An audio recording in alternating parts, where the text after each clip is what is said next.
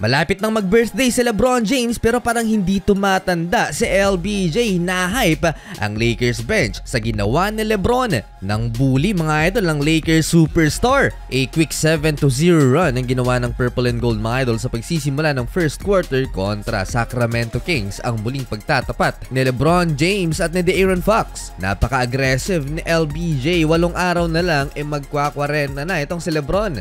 Uminit naman ang ulo ni Austin Reeves dito kay Keon Ellis at pinisikal mga idol. Sinamahan ng suntok sa dibdib ni AR. 4 minute left na pa-take over si DeMar DeRozan mid-range J.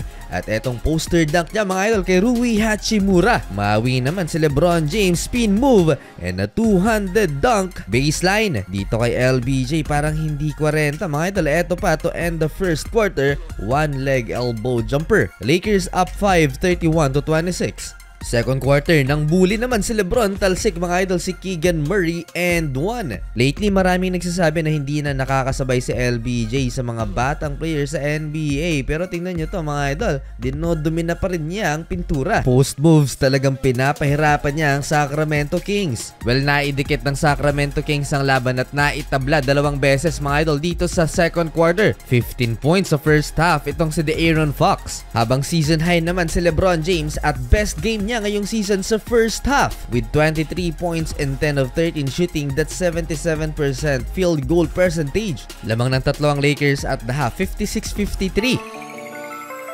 Third quarter nakalamang ang Sacramento Kings no call sa play na ito ni De'Aaron Fox. Lakers retake the lead. Nag-stare down si Rui Hachimura sa bench ng home team mga idol. Third quarter parang roller coaster ang laban. Tabla lamang ang aksyon. Makailang beses nakalamang ang Sacramento Kings at makailang beses din nakuha ng Purple and Gold ang lead. Mostly role players ang nagbuhat mga idol for the Lakers habang si LeBron James 2 points lang sa quarter na ito. A solid third quarter for De'Aaron Fox. 26 points mga idol, shooting 83% sa field. That's 10 out of 12 mga idol, field goal. Lamang ng 4 ang Lake Show, 81-77 heading into fourth and final quarter. Muling uminit si LeBron James at nagkasunod-sunod na naman ang puntos mga idol ni LBJ. Sagutan lang sa opensa ang Sacramento at Los Angeles Lakers.